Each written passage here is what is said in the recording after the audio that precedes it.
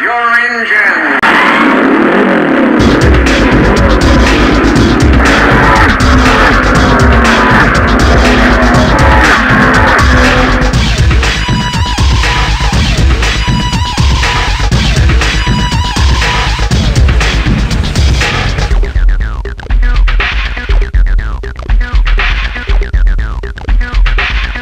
Welcome to the second podcast of the NAPA Speedway podcast. I'm Eros Andres T, and it's a pleasure to be here with you today. Remember to visit NAPA Speedway online at napaspeedway.com. You're listening once again to the NAPA Speedway podcast on the Mixed Media Network. I have three great guests here today, three drivers who are joining with me to talk a little bit about racing. And first off, I got Matt Cardenas. How you doing, man? Pretty good. How you doing? I'm doing fantastic. Shane Skaggs. No, I'm doing all right. How are you? I'm doing fantastic. And Russ Harvey. How you doing? Good, man. Real good. Absolutely. So, this is the second episode of NAPA Speedway Podcast, and we've been talking a little bit about what the Speedway is all about. And so let's talk about you guys. We had dirt drivers on before. Now we're going to have asphalt drivers. You guys are asphalt, right? Yes. All right. Now talk a little bit about asphalt and what it is for those who may not know. Basically, your street, put it on a round track just like the dirt. Pitch of the track, stuff like that, makes it, 100 miles an hour, kind of hard to drive on sometimes. Okay. Even though it's asphalt, it can be like ice. Oh, okay. It's pretty fun. Now tell me a little bit about, there are different divisions of asphalt. Talk a little bit about the different divisions. I'm going to start with you. Drive a modified. Basically, our engines are unlimited. We can spend as much money on them as we want, get as much RPM, horsepower out of them as we can get. Problem is we have to hook it up to a 8-inch wide tire, like the dirt guys. So there's not much tire there. Wow. So yeah, it gets pretty scary sometimes. Come off the corner. But that's part of the adrenaline. Yeah, it is. It's great. Yeah. And you're out there with 15, 20 other guys going 100 miles an hour, and it's just it's a great adrenaline rush. Yeah, so absolutely. They're an open wheel car, aluminum bodies. It's a rush. Absolutely. Now, Shane, what division are you racing in? I race a Bandolero. Okay. And what is that exactly? It has a go-kart engine in it. Okay. A little bit faster. They do about 80, and there wasn't very many racers last year. There was only 3 of us that were local. There was a couple of out-of-town people from Colorado and Arizona. So it's pretty fun. There's a lot of competitive drivers that race.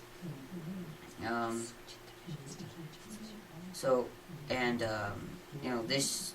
Well, do you have any new things happening that's coming up this year? This year I am gonna race a Legend. So that's a step up. Yeah. Okay. And I went practicing last week, and it was pretty good. My sister Sarah, she also races a Legend. She showed me the line. Okay. And how to run, so. Wow. So you got it in the family, got to help you Yeah. to get up there. And on the topic of legends, Matt Cardenas, you are a legend racer, is that correct? Yep, that's right. I race Legends. It's really fun. I've been doing it for 4 years now.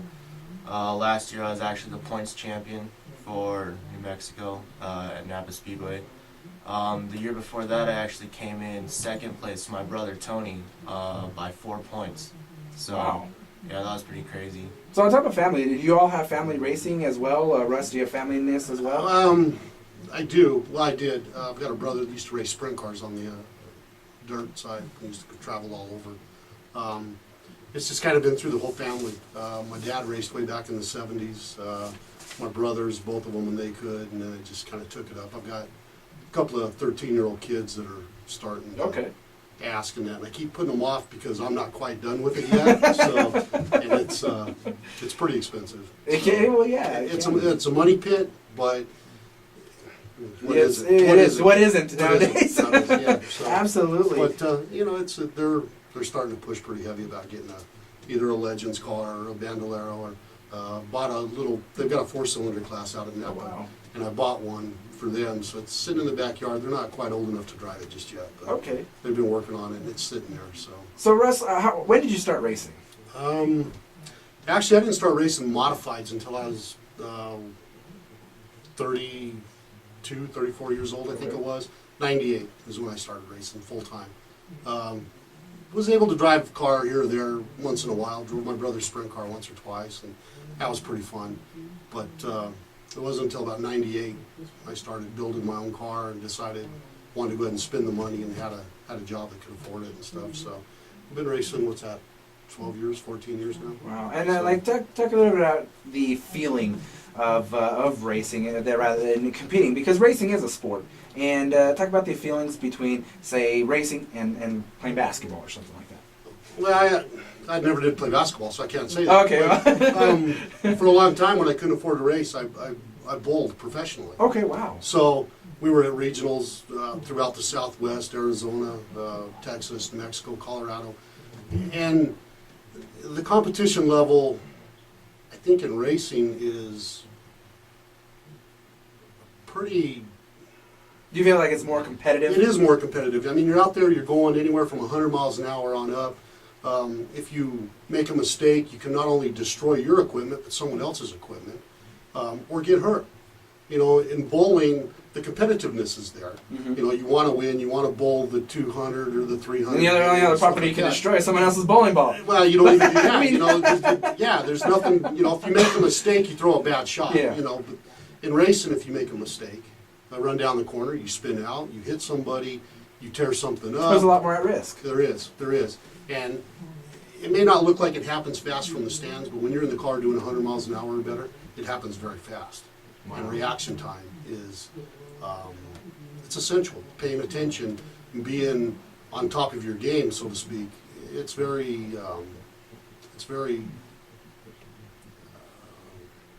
you need to really be paying attention. So you got to be on your toes 100% of the time. 100% all the time.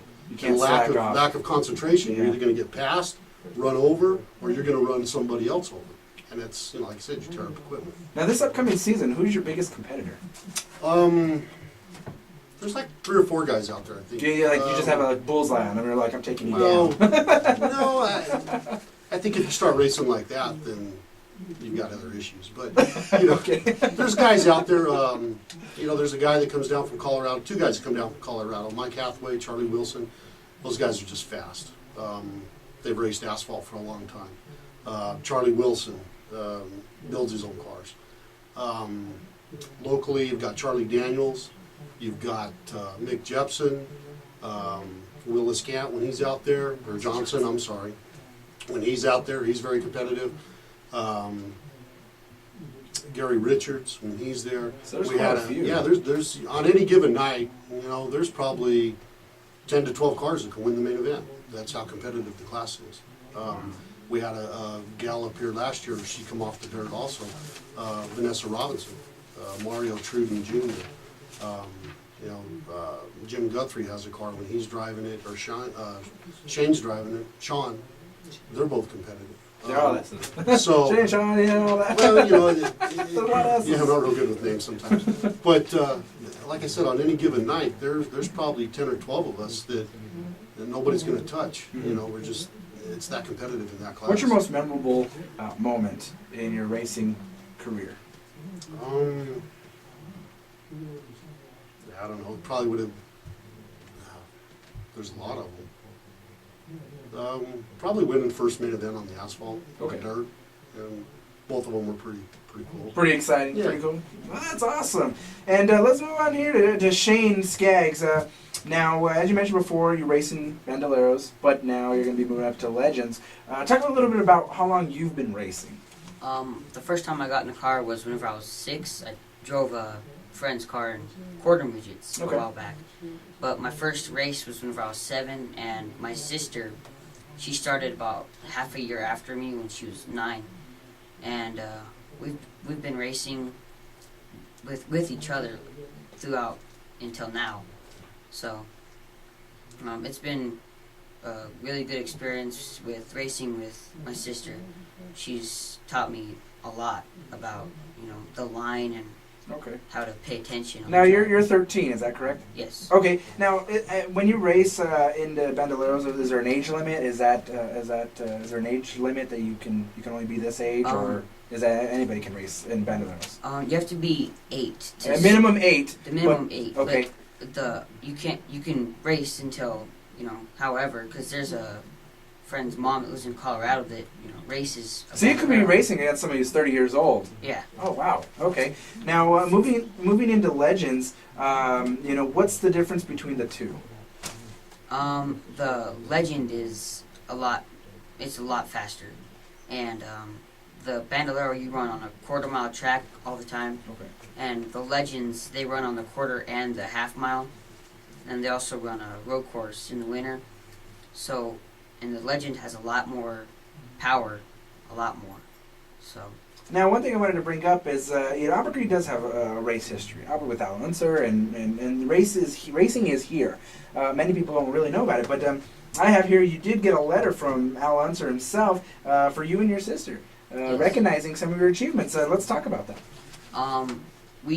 My uncle, he knows Al Unser real well, so we got to sit down and talk with Al about racing, and we told him our achievements and about how we've been racing for a while, and he talked to us about his racing and how his brothers and race, and he just put together the letter, and it was really, really good that he would do that. It was really nice of him. So why'd you get into racing? When? Why did you get into racing? My dad raced sprint cars, Okay. and he stopped because he was on a job and fell off a ladder. So, and also my sister and I were born, so he decided to stop for us, and so that's kind of what got us into racing. Okay. So, Where do you what's your ultimate goal in racing? Being so young, I mean, you have lots of time. What is your goal? my goal is to race and also get an education. I'd like to keep on racing, legends, and move up, like keep going. Do you ever see yourself racing stock cars, NASCAR circuit, or IndyCar perhaps down the way? I'd like to try. It's going to be hard, but try to get into a NASCAR type car. Okay. So, but I also would like to get an education and become an engineer someday. Okay. How much? I've talked with the other racers about time it takes to be a racer, and it does take up a lot of time. I mean, does that affect your social life, going out with friends and things like that? It does. On the weekends, a lot of the weekends we're racing and out of town, and sometimes we can invite friends to come out, so they come out and spend time with us. But yeah, it does take up some time without socially. But we have racing friends that we hang out with too. So you kind of create your own little social circle within your interests, really. Yeah. Okay. What's your greatest achievement that you feel is like top? That's tops. I think it was going, moving up from a quarter midget to, the Bandolero and Legends divisions. So I think that was really, a big switch for me. Okay. Absolutely. All right, Matt, now, from my understanding, you are a senior this year. Yes, I am. Yeah, I'm a senior at Sandia High School. All right. And so, how does that feel? I mean, you got the race season is here. You're going to be graduating in May. Yeah. Talk a little bit about, are you stressed out because of graduation, or are you excited, or is this giving you a boosted motivation to get into the track, or talk about that? Man, being a senior in racing is super hard. I mean, like when you have senioritis kicking into school and you have to race, and you also have to keep up with your grades, it can be a toll sometimes. Mm-hmm. But it also has its benefits. Like if you get, I get all my work ahead of time and stuff, and I only have 4 classes this year as a senior. So you worked hard through your freshman, sophomore, junior yeah. years, so that you only have 4 classes. Yeah. That's pretty good. So I get out at 11, we go to the track on Friday, we race out at Vegas, and it's just a lot of fun. Now you started racing at 10. Talk a little bit about how you got into racing. How I got into racing, I had tried a whole bunch of different sports before. I had tried baseball, basketball, soccer, and I just didn't really like any of them. So my dad said, well, what do you want to do? And I said, I want to go try to get into dirt bikes and motocross. So we were looking into that, and then we actually went to the Super Nationals car show, and we actually saw these quarter midgets there. And I thought that they looked pretty cool, so we went out to their trials day, and we drove one, and then before I knew it, I had a quarter midget. And I was You're like, racing. this is what I want to do. Yeah. Okay. Now, your first Grand Nationals was in Topeka, Kansas. Talk a little bit about what happened there. Yeah, that was a pretty crazy race. That was actually my first flip in a quarter midget. We were coming out of corner 2, and the guy came down and hooked on my bumper. We both ran straight into the guardrail, and I flipped over. It was crazy. And my seatbelt broke right here, and my visor shield had came up and hit my roll cage. Ooh, Yeah. man. It was crazy. That's got to be intense. Now, from what I understand, the result of that, you wear a Hans device, H-A-N-S. Yeah, Hans. Hans device, excuse me. What is that? Hans device is basically it's made out of carbon fiber, and it has a little fin right here, and then 2 things that come down, and your belts go over it. Okay. And then it has 2 clips that come onto your helmet. So if you do get into a crash and you go forward, it's going to stop you from going further and jerking your neck forward and backwards so you don't break your neck. Now, you did race quarter midget for 4 years, and you've traveled all over the country. Whereabouts? In quarter midgets, we traveled to Sacramento, Topeka, Kansas, Madera, and in legends, we actually traveled all the way to North Carolina for the $1 million race. So these were national races that you're racing in. Yeah. Oh wow. Okay. And over these 4 years, you've won many feature races as well as a few track records. What track records did you break or hold? Actually here at the corner midget track here, before they repaved it, I had set 2 track records in heavy Honda and heavy 160, and I also got fast time at the High Desert Classic.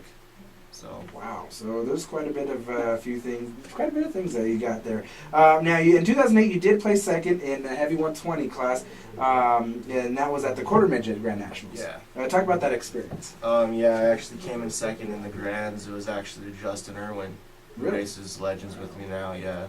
So How many racers were there? How many races were? Were at the. Oh, there was at least maybe 100, 120. Wow. Yeah. Well, that's quite an achievement. And so you did move into Legends in 2009, and you did finish in 2010 second behind your brother. Yep. So your brother's a racer. Is he older? Yes, he is older. Actually, I got into Legends first, and I ran the first season, and he was like, "Dad, I want to do this too." So he went, he got a car, and now we race together. And actually, yeah, he came in first place last. But see, you got to take that as a compliment. I mean, Yeah. you started racing at first, and he's looking up to you to race. He's like, Yeah. wow, okay, wow. So I've got to follow in my younger brother's footsteps. Yeah. Okay, that's cool. And now in 2011, you did win the track championship at San Diego Motorsports in the Legends division. Yeah, I won the New Mexico Points Pro Division in Legends, and the track points champion. Now, okay, and talk about your season last year. What, talk about it, how it went, and... Season last year, it was pretty crazy. We had a lot of races. There was a lot of good drivers there. I really liked it because it was just so competitive. Like every single race, I was fighting to be in first. Like I wasn't just up there and just like coasting. I had to fight for my position, and that's what I like. And now, and the intensity of racing, as you said, Russ, before, I mean, it's just something that's just an experience that you can't experience elsewhere. Our cars are faster than the Legends or whatever, but nights that I can, we get out of our car, either before or after they race or whatever, and I'll go watch these guys in the Legends cars. And, I'm not so sure I'd want to be out there racing with them as competitive as they are. I mean, they're fast, they're good. There's 5 or 6 drivers out there that, they battle back and forth. I mean, I'll pass you in turn 1 and 2. Well, I'm going to pass you back in turns 3 and 4.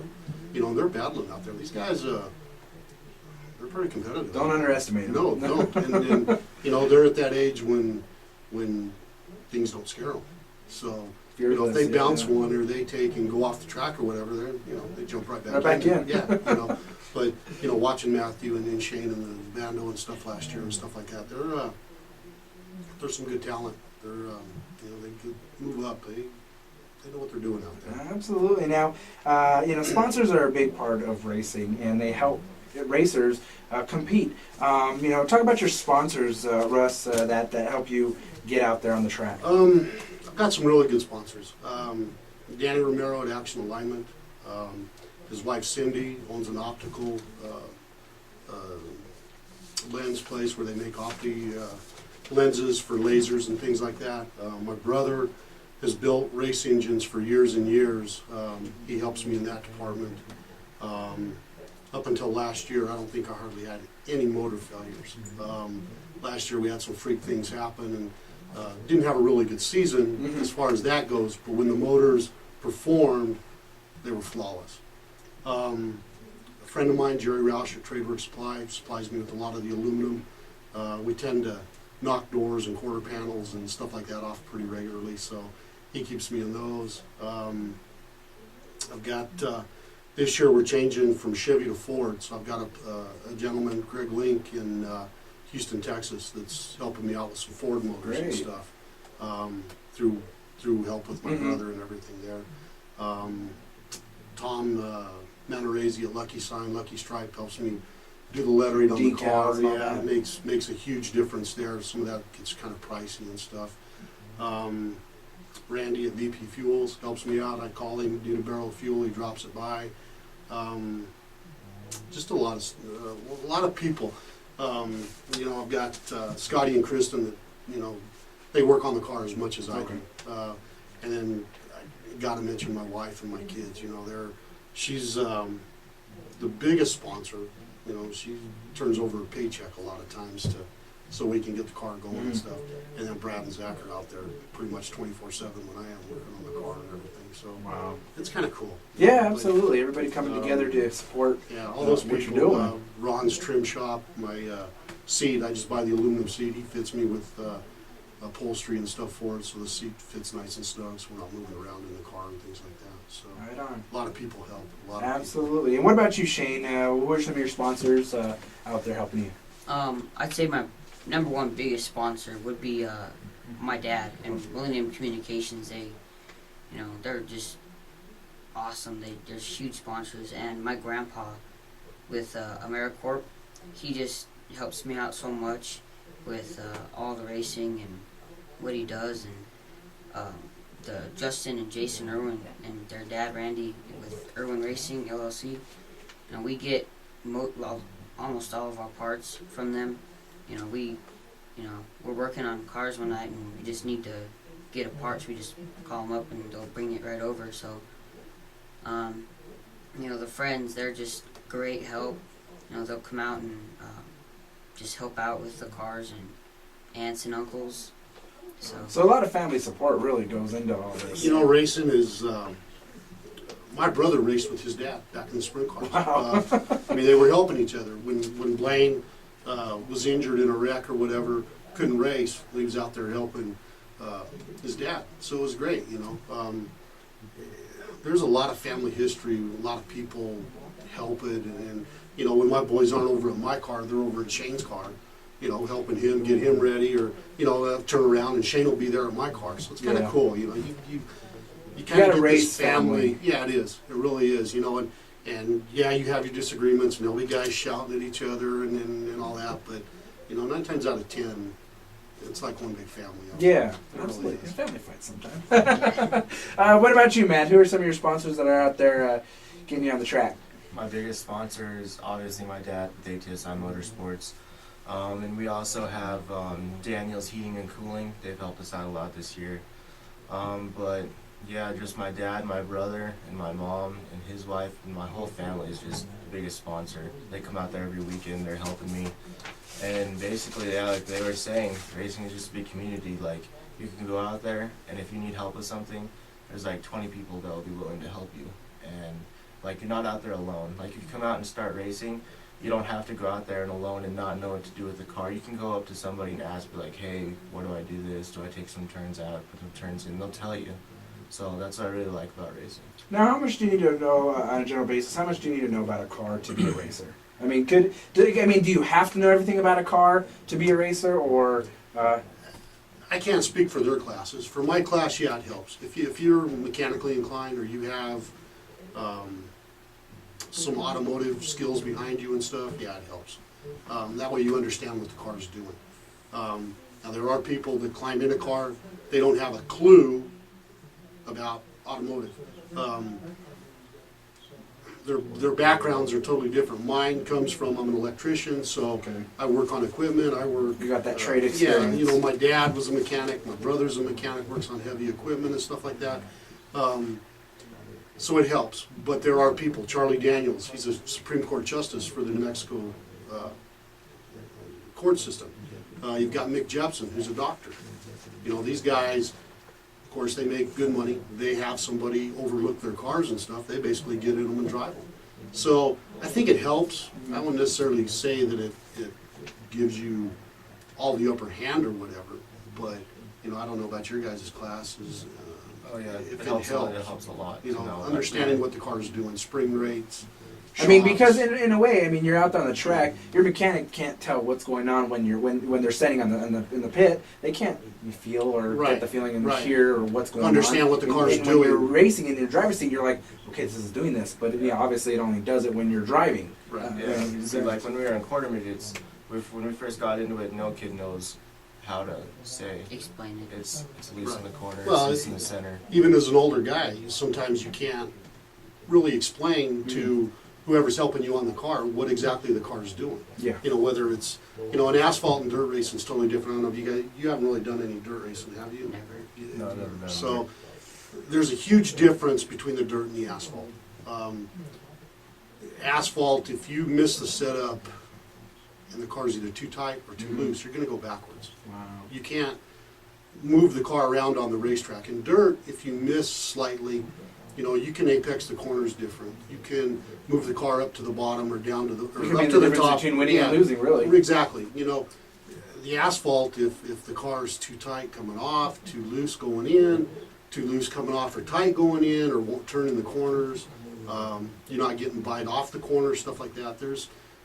They're two different beasts in itself. So Wow. yeah, you kind of have to understand that. And I think, you know, Shane was talking about getting an engineering degree. Some of the best race cars in the United States have engineering degrees, and they're racing NASCAR. So education It and does really understanding matter. and understanding Knowledge, absolutely. exactly. Absolutely. Understanding what the cars are doing is a big plus, no matter what division. Now we're winding down in time here, but I wanted to ask you guys about Saturday, May 12th is opening night of Asphalt, and featuring the Unlimited Modified Extreme Mods, Legends, Bandoleros, Factory, Fours, Hornets, and Special Stock Car Challenge. What are your thoughts coming into this race season? I don't know. I didn't have a very good season last year. Hopefully, things will turn around with the new motor program and things like that. We can be the guy that everybody's chasing. There you go. We were in that position 2 years ago, and it felt kind of good. But last year, when the car ran, it ran good. I was always 1, 2, or 3. So Okay. we started at the back. Just keep things together, not tear a whole lot of stuff up, and hopefully we'll be number 1 at the end of the year. What about you, Shane? Yeah, it's just I mean, are you going to be strictly racing Legends? Are you going to do back and forth, or what are you doing? we've sold our Bandolero. Okay, so strictly Legends. Legends, and I just hope to get out to the track and practice a lot, and work with my sister on it, and I just hope to be up in the top 5 or something for my first year. I don't want to be sitting in the back. So are you guys will be competing against each other? Yes. In Legend. Oh, okay. And what about you, Matt? What are your thoughts for this upcoming season? I'm gonna go win. Gonna go win. Hey, there you go. Simple, short, Well, sweet. that's everybody's goal. I'm gonna go out there. I'm just gonna try my best. I just love racing here. It's a really good facility. Yeah, and Shane's gonna be racing with me. I think we have a few other new drivers coming into Legends, so Okay. we're gonna have to help them along. So it's gonna be fun. That sounds good. Well, we're out of time here, so if anybody wants to get more information on you, websites, Facebook. You know what? I'm not into that stuff. My wife's got a Facebook account. She's always yelling at me, "You need to get one." So, Just you can Google you. sure. Google Russ Harvey. Yeah. No, just come to the racetrack. Support Okay. us. It's good family entertainment. It's for the cost and everything. It's For a good everybody. night. Yeah, it's a really good night. Facility is probably one of the best facilities in this area. The lighting, everything. Everybody has a great time. Yeah, on the asphalt side of it, they're working on the dirt and everything, but on the asphalt side of it, it's a very nice facility. Probably one of the best in the Southwest. Shane, where are you on Facebook? Are you online or got a website? I've got a Facebook account. Okay. So definitely just what are they good? Just Shane Skaggs? Yeah, basically, yeah. Okay, Shane Skaggs, Google him too, you'll find him. And Matt, what about you? Yeah, I'm on Facebook. Facebook? Just Matthew Cardenas. Okay, so get them all, just Google them all. They're on Facebook, and maybe not, but just Google all their names. So, Russ Harvey, Shane Skaggs, and Matt Cardenas. Guys, thanks for coming on the show to the NAPA Speedway podcast, and we're looking forward to May 12th, the opening asphalt, and looking forward to checking you guys out there. Cool. So thank you guys. Cool, thanks. All right, thanks for tuning in to the NAPA Speedway podcast. I'm Rose Andres T. Make sure you catch all the info on NAPA Speedway at napaspeedway.com, and catch all the on-demand content, all the podcasts on the mixmedianetwork.com, THE mixmedianetwork.com. Once again, I'm Rose Andres T, and you just tuned in to the NAPA Speedway podcast. See you later.